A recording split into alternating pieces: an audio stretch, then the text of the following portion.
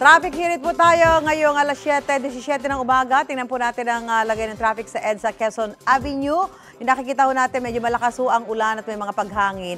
At doon sa nakikita natin, medyo makapal-kapal pa rin yung mga bilang ng mga sasakyan bumabiyahe dahil bagamat nagkaroon ho ng suspension ng klase, ay may pasok naman po sa mga tanggapan ng gobyerno at maging sa mga pribadong office. So yung nakikita ho natin ngayon dyan, basa yung kalsada, yung nakikita nyo yung parang hampas din ho ng ulan yan at yung malakas na hangin. At nakikita natin na dahil nga sa basa ang kalsada, may pagbagal ang ating mga motorista. Bagay na dapat naman ho natin gawin para makaiwas tayo sa mga aksidente.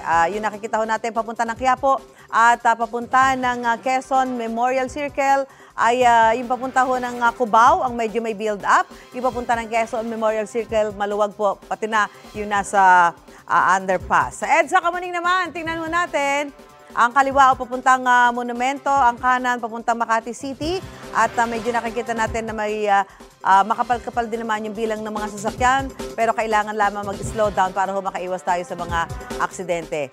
Silipin natin ang traffic sa Ross Boulevard. Ayun. Maluwag ho yung papunta ng Maynila, yung papunta ng Cavite, nakikita ho natin nakahimpil ng mga sasakyan sa kaliwang bahagi ng mga TV screen. May traffic light ho dyan, kaya nakahimpil ho sila at hinihintay yung green signal para sila ay makago papunta ng Cavite. Samantalang yung papunta naman po ng Manila ay tuloy-tuloy at nakikita natin nakokonti lang ang bumibiyahe sa mga oras na ito.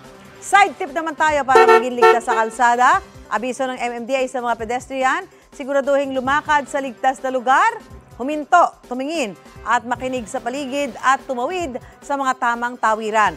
Sa mga motorista naman, itutok palagi ang atensyon sa kalsada at pagmamaneho. Siguraduhin may sapat at ligtas na espasyo sa pagitan ng minamanehong sasakyan at iba pang sasakyan o pedestrian. Lagi magsuot ng helmet o mag-seatbelt.